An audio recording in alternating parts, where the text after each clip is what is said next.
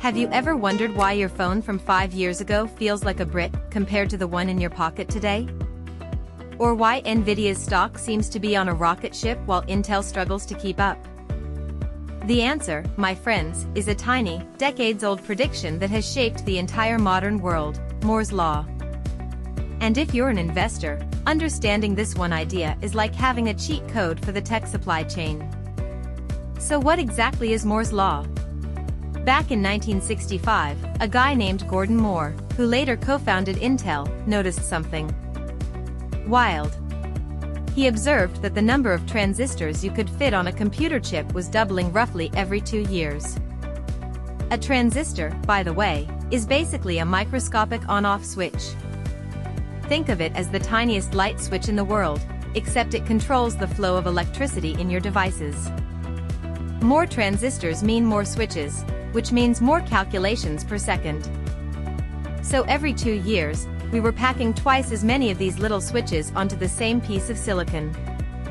And here's the magic: because the chips weren't getting physically bigger, each individual switch got cheaper to make.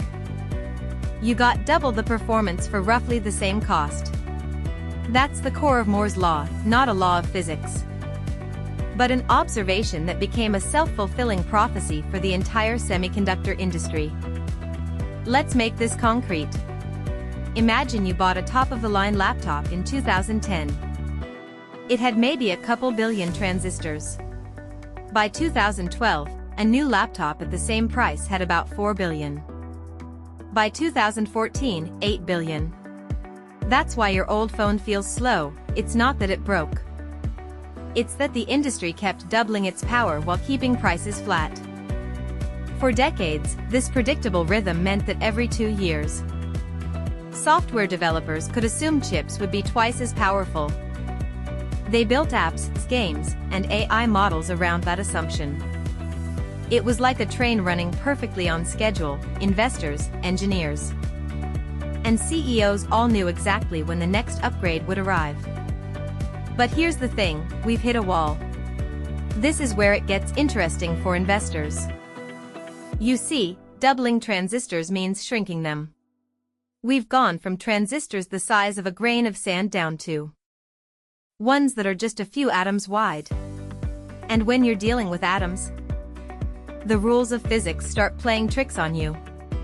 Electrons leak, heat builds up. And you can't just keep shrinking things forever. Around 2015 or so, the doubling slowed to every 2.5 years. Then 3 years, and now it's closer to every 4 or 5 years. Intel famously got stuck at 14-nanometer technology for years while competitors like TSMC leapfrogged ahead. The predictable train started missing its stops. Now, here's a common misconception. People hear Moore's Law is slowing down and think, oh no, innovation is dead. That's wrong. What's actually happening is that we're shifting from pure transistor shrinking to smarter design. Instead of just making switches tinier, companies are finding other ways to pack more performance.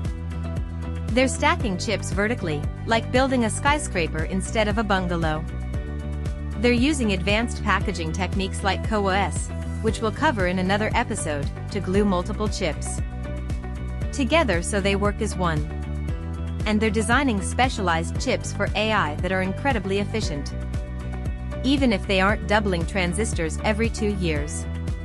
So the end of Moore's Law doesn't mean the end of progress. It means the playbook has changed. For investors, this shift is huge.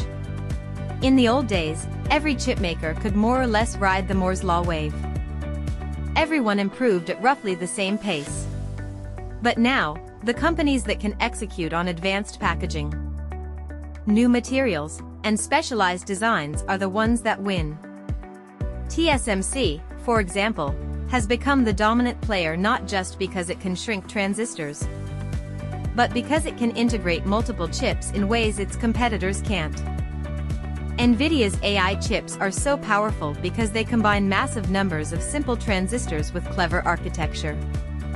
Meanwhile, companies that relied on the old rhythm, like some legacy chipmakers, are struggling. So when you hear news about chip shortages or trade restrictions, Remember, it's not just about making things smaller anymore. It's about who can still make things smart. What does this mean for your portfolio? Pay attention to which companies are investing in advanced packaging. New materials like silicon photonics and chiplet architectures, that's when you break a big chip into smaller pieces that talk to each other. The era of free performance from shrinking transistors is over.